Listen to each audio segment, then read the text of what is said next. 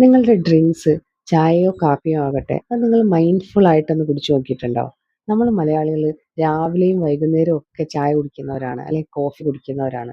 അതൊന്ന് നമുക്ക് മൈൻഡ്ഫുൾ ആയിട്ട് കുടിച്ചു നോക്കിയാലോ? അതൊന്ന് എക്സ്പീരിയൻസ് ചെയ്താലോ? നിങ്ങൾ എന്ത് ചെയ്യുക?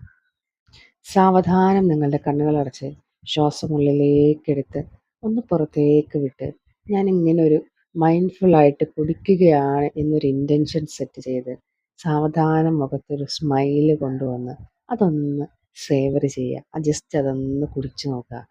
എന്നിട്ട് അതിൻ്റെ ആ ഒരു ടേസ്റ്റ് മനസ്സിൽ ഫീൽ ചെയ്യുക. ആ സ്മൈലോട് കൂടി തന്നെ അതിനെ ഇറക്കി അതിൻ്റെ ആ ഒരു കംപ്ലീറ്റ് ടേസ്റ്റിനെ നമ്മൾ ഫീൽ ചെയ്യുക.